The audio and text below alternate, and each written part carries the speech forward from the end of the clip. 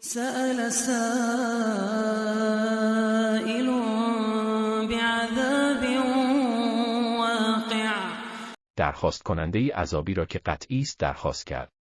للكافرین لیس له دافع من الله ذی المعارج. عذابی که برای کافران هیچ بازدارنده ای ندارد، از سوی الله که مالک آسمان هاست.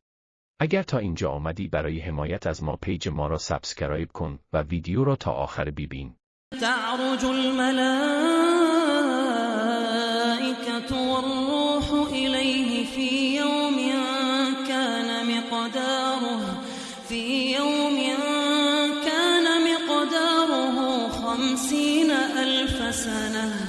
فرشتگان و نیز روح به سوی او بالا می روند در روزی که مقدارش 50,000 سال است. برای ادامه ویدیو صفحه ما را لایک و سابسکرایب نموده